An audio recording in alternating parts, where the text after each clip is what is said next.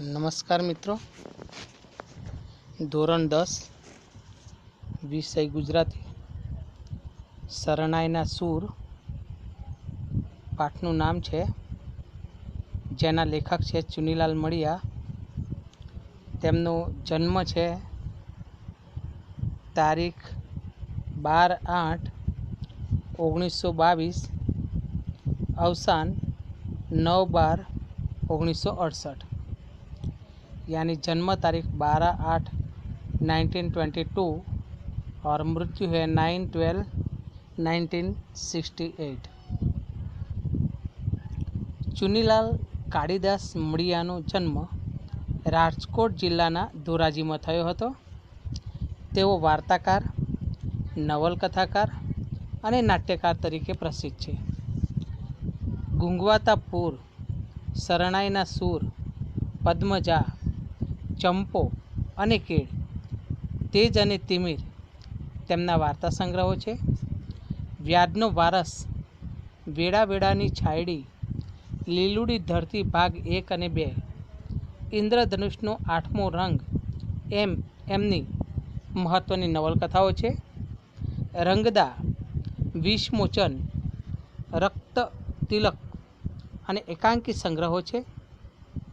સંપાદન અને અનુવાદ ક્ષેત્રે પણ તેમનું યોગદાન રહ્યું છે.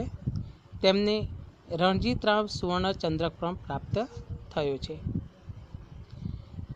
આ વાર્તામાં આપણે જોવા જઈએ તો લગ્ન પ્રસંગ જેવો ખુશીનો માહોલ છે.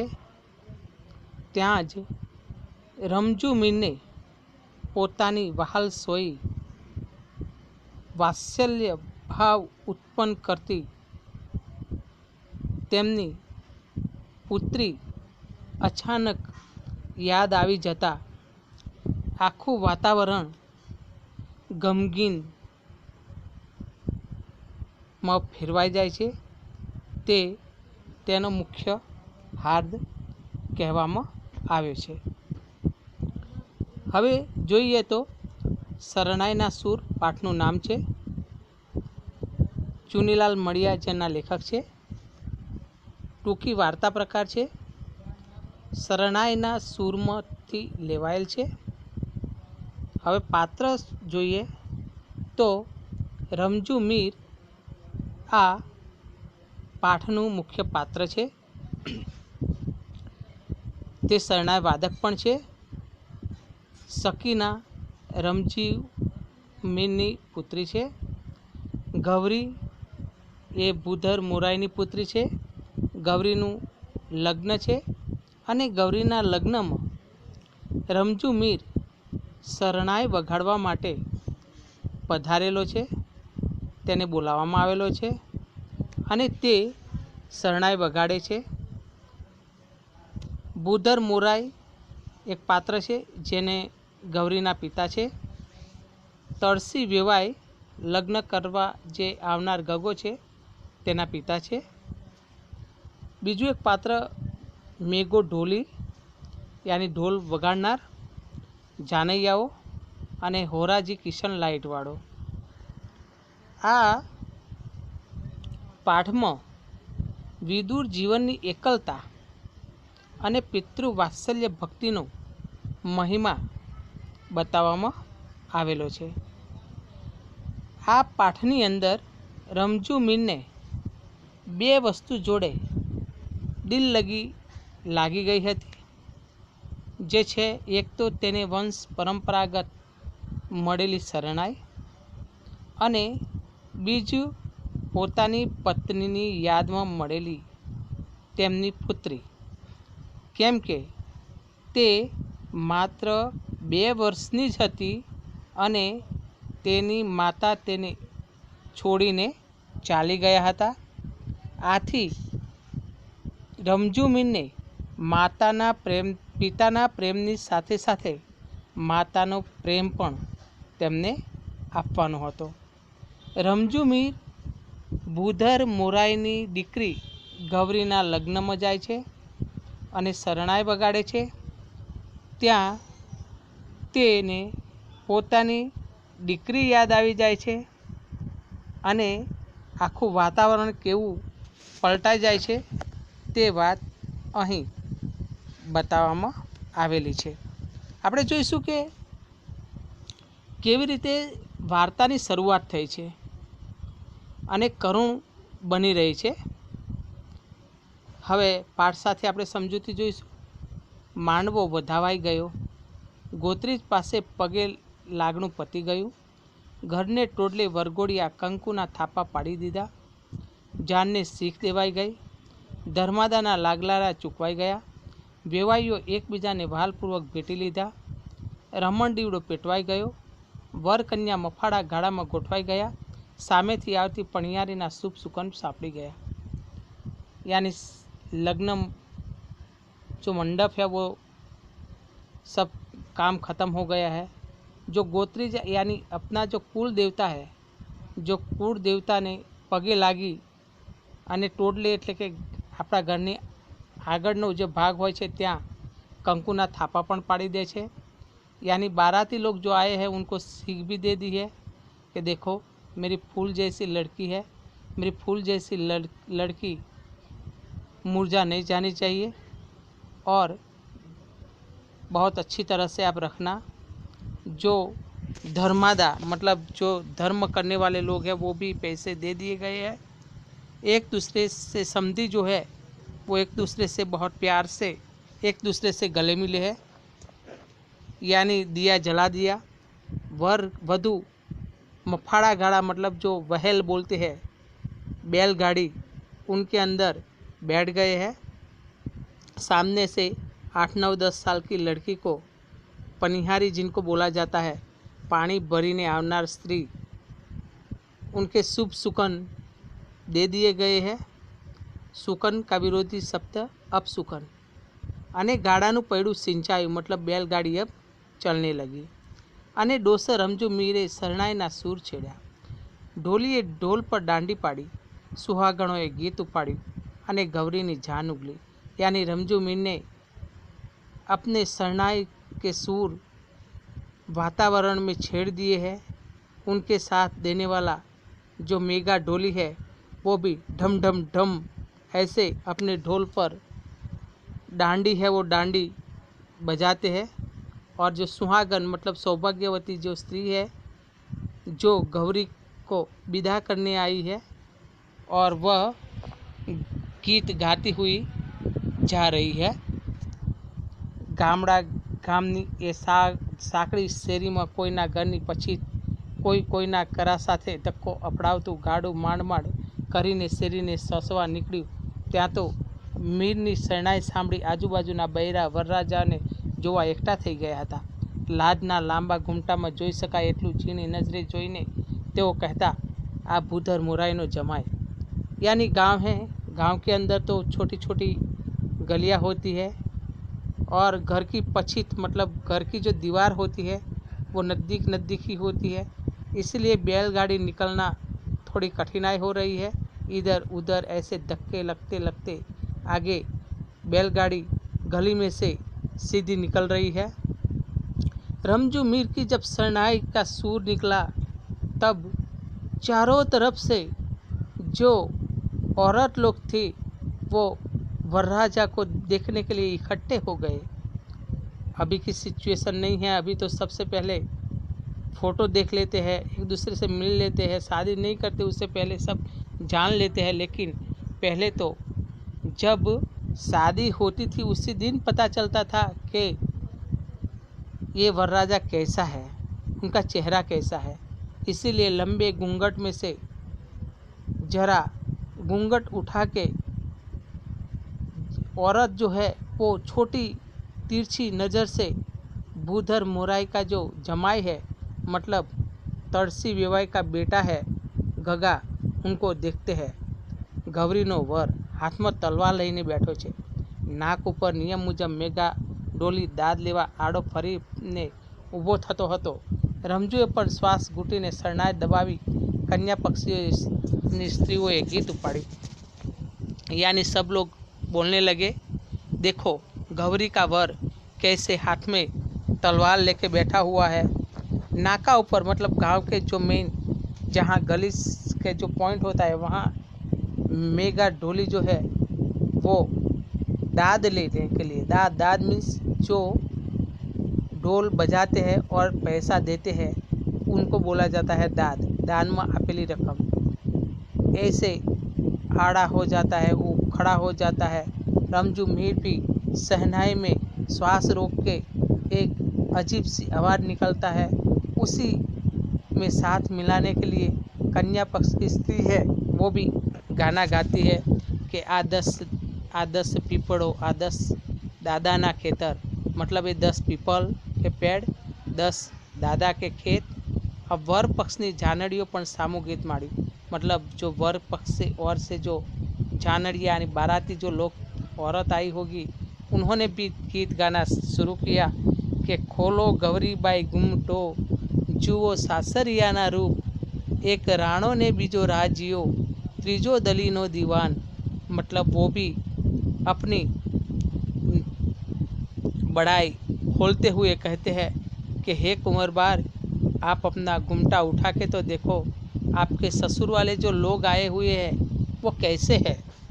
एक राणो मतलब राणा जैसा है, बीजो राजियो मतलब राजा जैसा है, त्रीजो दलीनो दीवान मतलब जो राजा का मंत्री जैसा है।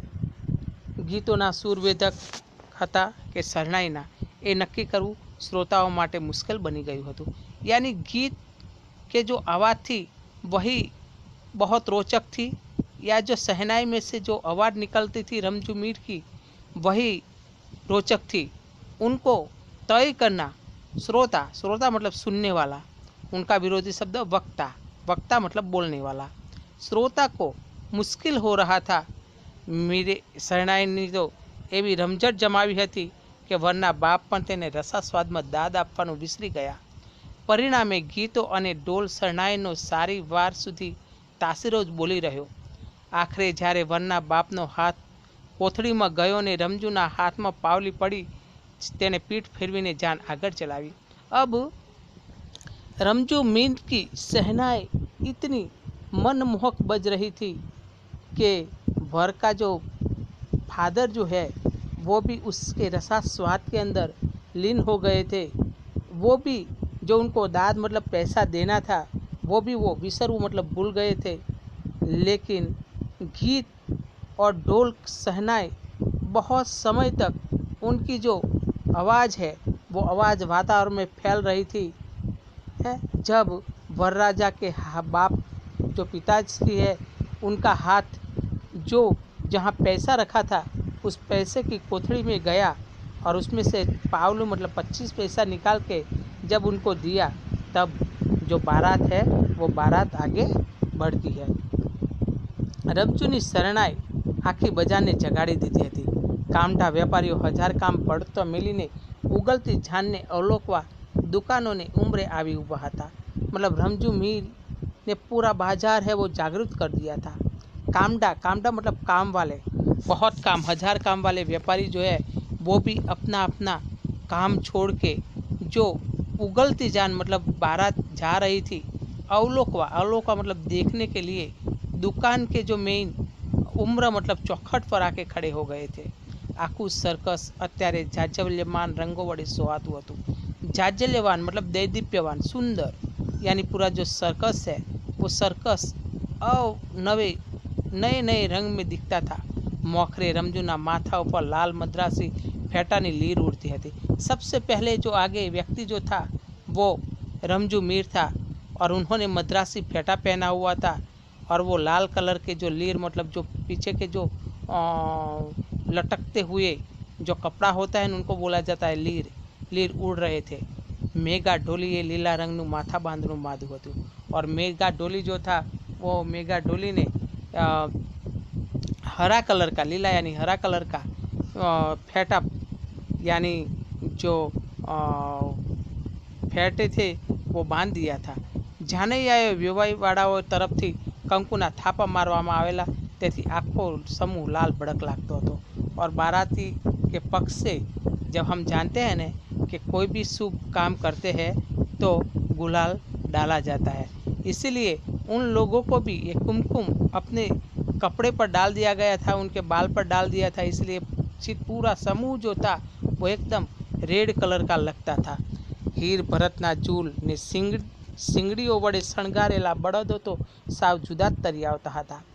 ગાડામાં બેઠેલા વરરાજાનો જરિયન જામો, એમના હાથમાંથી તલવારનું રંગીન તેમજ કન્યાનું પંચરંગી પટોળું એક વિશિષ્ટ રંગ સૃષ્ટિ રચી જતા હતા। એમની પાછળ વિદાય ગીતો ગાતી સુહાગણોના અવનવા પટકુળોના તો રંગો મેળો જોવા મળતો હતો। यानी बैलगाड़ी जो थी वो बैलगाड़ी के जो बैल जो था, उनके बैल के जो सींग थे वो सींग को क्या है कि हीरे से झूलते हुए हीरो से सजाए हुए थे, और वो भी सबसे अलग न्यारा और अनोखा लग रहा था। वरराजा ने भी जरियन जामो मतलब के जरी से भरा हुआ पायजामा पहना हुआ था। उनके हाथ में जो तलवार थी वो तलवार भी एकदम रंगीन थी, जो उनका म्यान होगा वो। और कन्या यानी औरत जो गौरी थी, वो गौरी ने पंचरंगी पटोड़ू मतलब साड़ी, यानी हमारे गुजरात में पटोड़ू, पाटणना पटोड़ा फेमस है ना, वही पटोड़ा पहना हुआ था।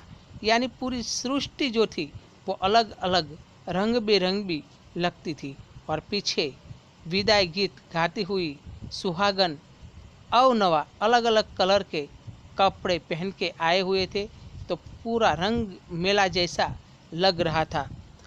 8 दिवस से उड़ लागती बजार में रमजू मीરની શરણાઈ नवी दुनिया ज रची काढ़ी हती।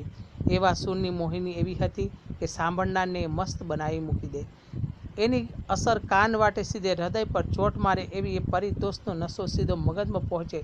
प्राकृतजनों ने आ शरणाईनी सुरावली समझाय कि न समझाय, पर मंत्रमुग्ध बनीने डोली उठे तो खराज।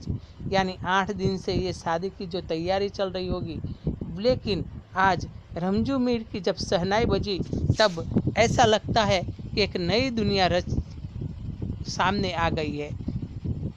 रमजू मीर की जो आवाज़ थी, आवाज़ में इतनी मोहिनी थी, मतलब मस्त कर दे वैसी आवाज़ थी कि सुनने वाले लोग एकदम मस्त बन जाते थे, और मस्त बन के उनके कान में से वो सीधी आवाज़ हृदय के अंदर चोट मार देते थे।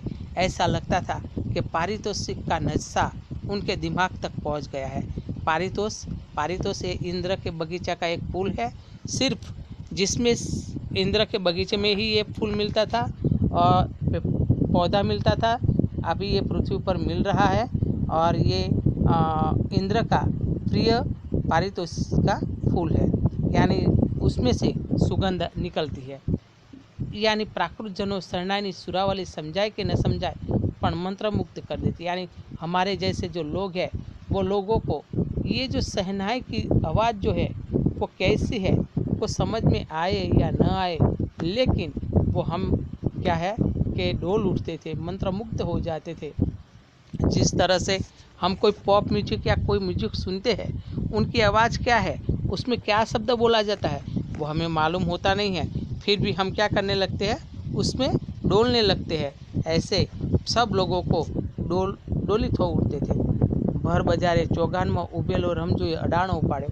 अडाणो एक शास्त्रीय राग है जो शरणाई में बजाया जाता है।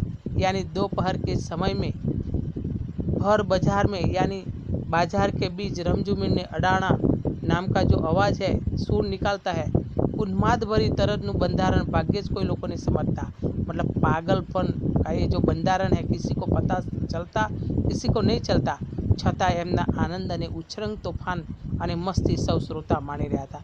लेकिन जो आवाज़ शरणाई में से जो निकलती हुई आवाज़ जो है, वो जितने भी लोग श्रोता मस्त बन के उनकी मज़ा है वो मज़ा ले रहे थे।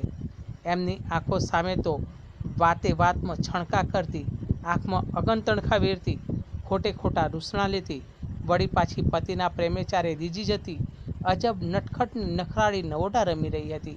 यानी जिस तरह से हम देखते हैं कि नई नई शादी करके जो लड़की आती है तो छणका मतलब क्या है कि बार बार रूठ जाना, आँखों से सामने वाले को घायल करना, गलत रूठ जाना, फिर पति अगर उनको प्यार से बात करे तो फिर मान जाना, अजब નટખટ નખરાળી यानी नवोढ़ा, नव प्लस ओढ़ा, नवोढ़ा।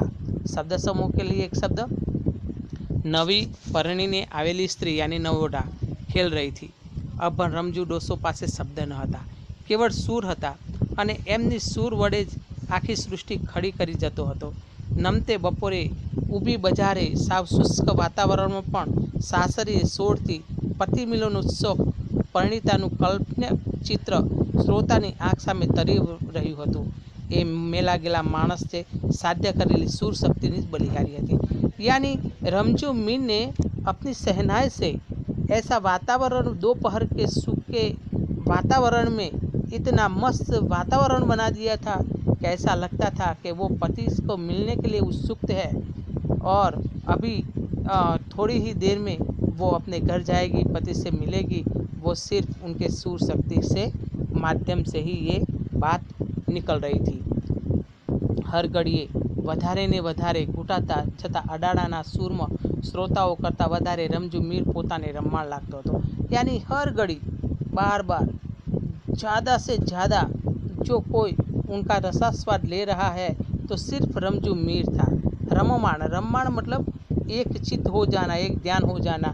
आँख મીચી ગલેફા ફુલાવીને શરણાઈમાં શ્વાસ રેડતો જતો હતો અને निर्जीव वाद्यને जीवंत बनावतो હતો।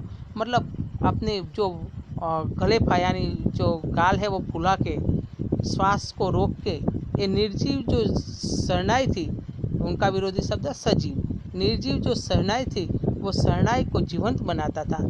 गाम आखું લાંબા અનુભવને પરિણામે જાણતું થઈ ગયેલું કે રમજુ એકવાર એની શરણાઈની ફૂંક મારે પછી એને સ્થળ કે સમયનું ભાન ન રહે। માત્ર પરગામથી ગગો પરણાવા આવેલ તળસી વેવાઈને આ વાતની જાણ નહોતી, તેથી તેઓ મીરને દાદના પૈસાને લાલચું ગણીને પાવલું ફેંકી રહ્યો પછી આગળ વધવાની ઉતાવળ કરી રહ્યા હતા। તળસી વેવાઈની સૂરજ આથમતા પહેલાં પોતાને ગામ સણોસરા પહોંચવાની જવાની ઉતાવળ હતી, તેથી શરણાઈવાળાને આદેશ આપી રહ્યા હતા, હાલો મીર હાલો, झट बहता था के अब ये जो लंबे समय से गांव के सारे लोग जानते थे कि एक बार रमजू मीर की सहनाई से जब आवाज़ निकलती है तो उनको रोकना नामुमकिन था।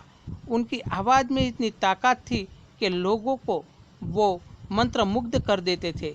लेकिन ये जो दूसरे गांव से परगाम यानी बीजू गांव, पर गांव से कर्मधारण समास, दूसरे गांव से तड़सी वेवाई जो आया हुआ है उनको तो मालूम ही नहीं है कि ये रमजू मीर कैसी सहनाई बजाता है। वो तो सिर्फ इतना ही जानता है कि ये मीर तो लालचू है, उनको तो पैसा चाहिए और पैसा मिलेगा तो ही वो आगे चलेगा और पैसे के लिए तो ये तो सहनाई बजा रहा है, ऐसा वो सोचता था। और इसलिए बार बार अपनी जेब में हाथ डालता था और एक पावलू यानी 25 पैसा उनके पर फेंकता था। और उनको तो बहुत जल्दी थी और वो सोच रहा था कि सूर्य अस्त हो जाएगा, आथमणु यानी विरोधी उगमणु, सूर्य अस्त हो जाएगा तो सणोसरा पहुँचते पहुँचते, उनके गांव का नाम है सणोसरा पहुँचते पहुँचते क्या है रात हो जाएगी। और इसीलिए बार बार शरणाई वाले को आदेश दे रहा था कि मीर जल्दी चलो जल्दी चलो। પણ અડાણાના સૂરમાં ગળાડૂબ સેલારા લેતા રમજૂનો આવા આદેશો સાંભળવાની નવરાશ જ ક્યાં હતી। લેકિન ગળાબૂડ यानी गड़ू बूढ़े एटलू यानी ऊपर तत्पुरुष समास, यानी ऐसे जो मस्ती में चूमने वाले रमजू मीर को ये आदेश सुनने की उनको क्या है कि चिंता ही नहीं है। मीर एनी शरणाईમાં समय बगाड़तो जतो હતો ने તળસી વેવાઈના મનમાં ચટપટી ચાલતી હતી। આ ગતિએ ગજને રૂપિયા ગઢને હિસાબે આગળ હાલીશું તો સણોસરે પૂગતા સાંજ પડી જશે ને અંધારામાં સામૈયા કરવામાં હોરાજીની કિશન લાઇટ મંગાવી પડશે। મોગીડાટ બટ્ટીના બિલ ભરવાને બદલે વેવાઈ આ મુસ્લિફને મીરને પાવલું વધારે દાદ આપી આગળ વધવા પ્રેર્યા। પણ શરણાઈના સૂરમાં ડાબેથી જમણે ડોલી રહેલા રમજૂને દાદ પેટે ફેંકતા પૈસા ગણવાની ક્યાં નવરાશ હતી। મેઘા ઢોલીએ ધૂળમાંથી સિક્કા વીણી લીધા અને રમજૂને કહ્યું કે હાલો મીર, હવે હાવ હાવ કરો છો, पण सूचना ए काले दरिये क्या हाथों। यानी उन्होंने सोचा कि वो सोचने लगा कि रमजू मीर तो मेरी बात सुनता ही नहीं है। तरसी बेवाई को मन में चटपटी थी कि अगर इसी हिसाब से वो जाएगा तो 1 रुपया मुझे देना पड़ेगा और सणोसरा जाऊंगा, तब तक तो रात हो जाएगी, अंधेरा हो जाएगा। अंधेरा होगा तो सामैया यानी वरराजा का वहाँ स्वागत करना पड़ेगा ना। तो स्वागत के लिए क्या है, होरा जी की किशन लाइट मंगवानी पड़ेगी। किशन जो लाइट है वो लाइट बत्ती के बिल है वो महंगे आते हैं। उससे तो अभी ये मुस्लिफ यानी जो कलाकार जो रमजू मीर है, वो रमजू मीर को मैं एक 25 पैसा ज़्यादा दे दूंगा तो वो जल्दी चलेगा। लेकिन रमजू मीर डाबे थी जमणे मतलब लेफ्ट से राइट, राइट से लेफ्ट ऐसे डोलता जाता था और उनके ऊपर उनको पैसा फेंकता था, लेकिन वो पैसा लेता नहीं था। मेगा ढोली ने क्या दूल में से पैसे उठाया और रमजू को देता है और बोलते हैं कि चलो मीर चलो, हाउ मत करो और ऐसे कहाँ जाओगे। आखिरे બુધર મોરાઈએ પોતે જ આગળ આવ્યા અને રમજુને રીતસરનો હડસેલો મારીને કહ્યું કે હાલને મીર જટ હાલ, આમ ડગલે ને પગલે डाग देवा ऊभो रहीश तो कोदी पादरे पहुँचाड़ीश। अब बूदर मोरा आगे आ जाते हैं और उनको ऐसे ही रमजू मीर को एक धक्का मार के बोल देते हैं कि अरे कदम कदम पर ऐसे तू दाद लेने के लिए खड़ा रहेगा तो गांव के जो मेन गेट पादर है वहाँ कब पहुँचाएगा। મેરાઈના હડસેલા સાથે ઉગ્ર અવાજે ઉશ્કારેલા વેણ કાને પડ્યા ત્યારે જ મીરને ભાન થયું કે હું તો અત્યારે ઊભી બજાર બાંધીને ઊભો છું, મારે તો હજી જાનને ચાપા સુધી દોરી જવાનું છે। तब जब उग्र यानी कठोर आवाज़ जब उनके कान पर पड़े तब मीर को पता चला, अरे मैं तो ये जो बाजार में खड़ा हूँ, अभी तो मुझे उनको वहाँ मेन गेट तक उनको ले जाना है, अगर मैं कब ले जाऊँगा। रमजू मीर यंत्रवत આગળ તો વધ્યો પણ દિમાગ અને દિલ બરોબર 2 દાયકા જેટલું જાણે કે પાછળ હટી ગયું। 20 વર્ષ પહેલાં આવા જ એક નમતા બપોરે રમજુ મીરે પોતાની જ પુત્રી સકીનાને સાસરીએ વળાવી હતી।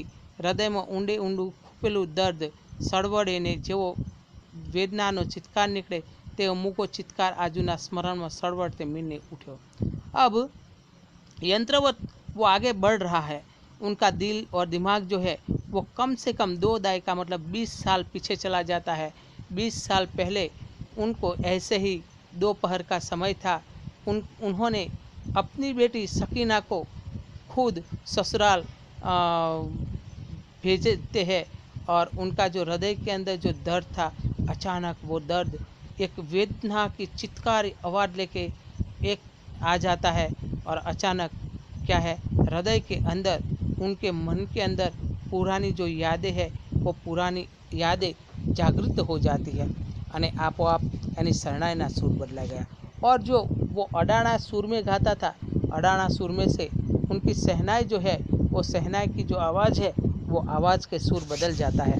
अडाणानो उन्माद અને ઉમંગ ઉસરી ગયો, એને સ્થાને હવે કોરાયેલા કાળજાનું દર્દ વહેવા લાગ્યું।